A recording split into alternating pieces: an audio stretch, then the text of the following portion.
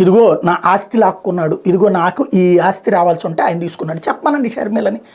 లేకపోతే ఆవిడ ఎవరు కొట్టారా, తిట్టారా? ఇంకా సునీత అన్నదంటే ఒక అర్థం ఉంది. షర్మిల విషయంలో ఏం జరిగిందంట? ఆవిడకి ఏదో అన్యాయం జరిగిపోయింది, విక్టిమ్ కార్డ్.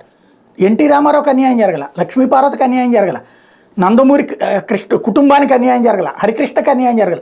వాళ్ళందరినీ చంద్రబాబు నాయుడు అద్భుతంగా చూసుకుంటున్నాడు. ఇప్పటికి కూడా అప్పుడప్పుడు మీటింగులకి తప్పించి వాళ్ళకి ఏమైనా ఒరిగిందా మరి?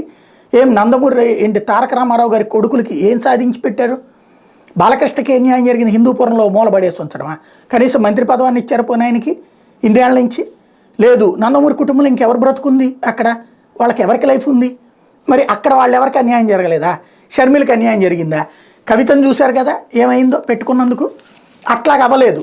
అట్లా కాకుండా బాధ్యతగా జగన్ ఉన్నందుకు దాన్ని ఇక్కడ జగన్ ఏదో తప్పు చేసేసాడని చూపించేటటువంటి ప్రయత్నం, నాటకాలు నడుస్తూనే ఉన్నాయి.